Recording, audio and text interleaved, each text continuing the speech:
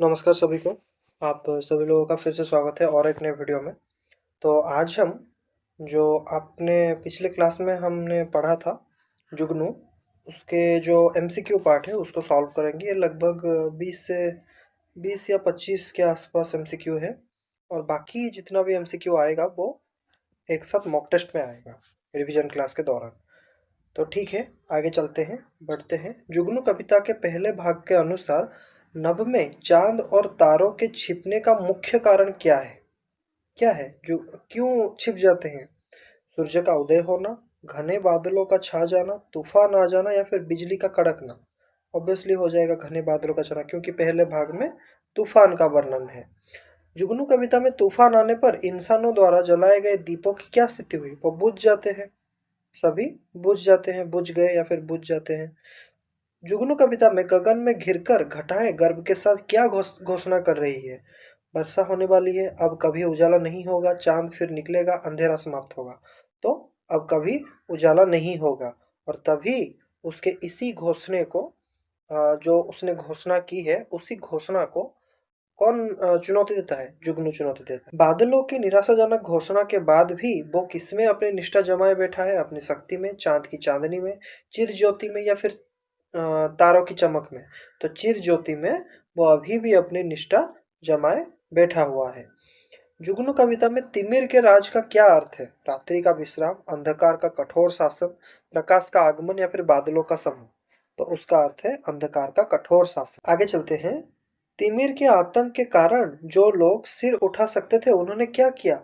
वो भी अपना सिर झुका लेते हैं। ये डायरेक्ट पंक्ति से क्वेश्चन आया हुआ है। कठिन आतंक और समर्पण के बीच कौन सी ज्वाला जल रही है? प्रतिशोध की ज्वाला, विद्रोह की ज्वाला, विनाश की ज्वाला, फिर ईर्ष्या की ज्वाला?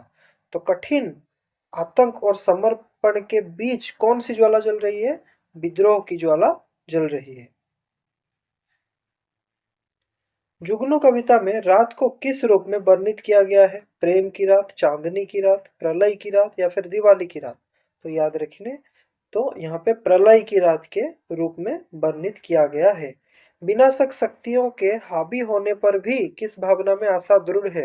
विनाश में, युद्ध में, निर्माण में या फिर पलायन में? तो निर्माण में आशा दृढ़ है।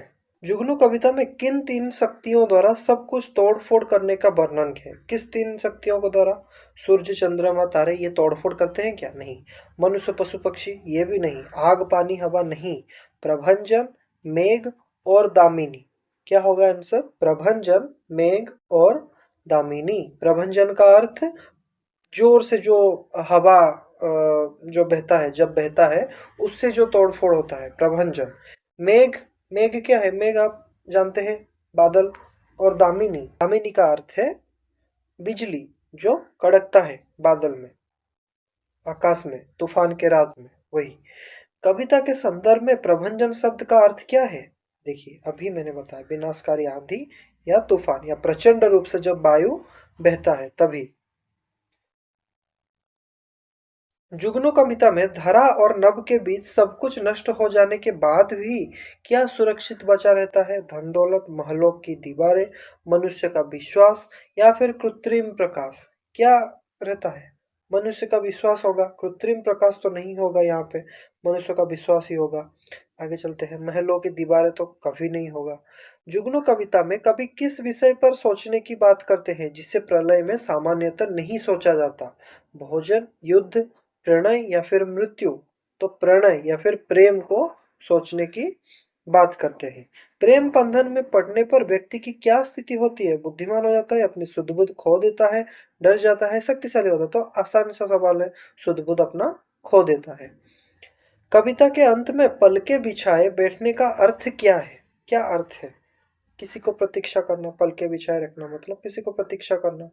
दामिनी शब्द का पर्यायवाची शब्द क्या है? धरती, बिजली, बादल या फिर वर्षा? तो अभी मैंने बताया बिजली, बिजली होगा। अभी मैंने बताया बिजली होगा इसका पर्यायवाची शब्द। आगे चलते हैं।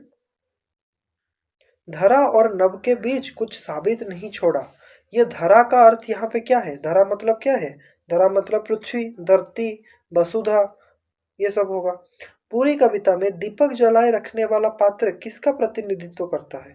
किसका प्रतिनिधित्व करता है कि विपरीत परिस्थितियों में अडिग मानवीय इच्छा शक्ति का वो प्रतिनिधित्व करता है।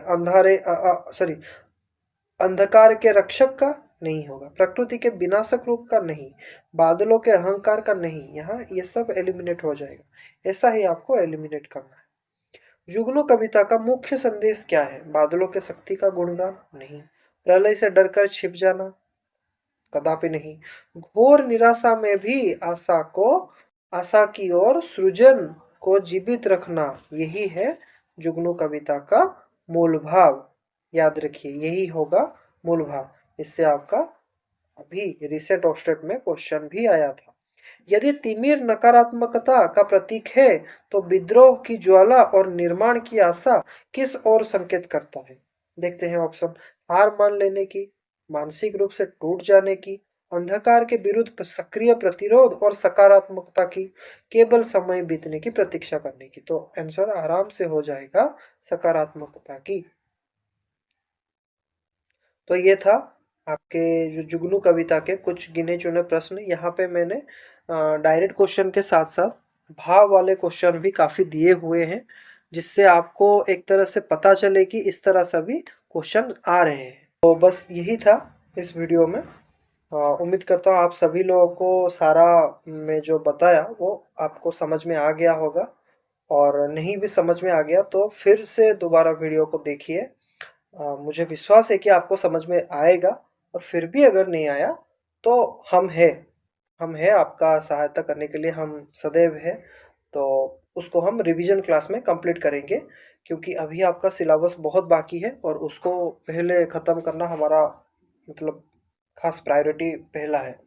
तो इसी कारण अच्छे से पढ़ते रहिए, और कोई भी डाउट हो तो एक कॉपी में नोट करके लिख के रखिए, या फिर जिस वीडियो में भी डाउट हो उस वीडियो के नीचे आप कमेंट सेक्शन में उसको डाल सकते हैं, अपने डाउट को डाल सकते हैं। मैं अगर मैसेज में होऊंगा तो ज़रूर आपको रिप्लाई करके कमेंट में ही आपको सॉल्व करने के लिए कोशिश करूंगा। अगर नहीं हो तो कोई भी वीडियो में उसके बाद वाले वीडियो में इसको मैं कवर अप करवा दूंगा। ठीक है, तो इतने में रहता हूँ। धन्यवाद, अच्छे से पढ़ते रहिए। धन्यवाद सभी।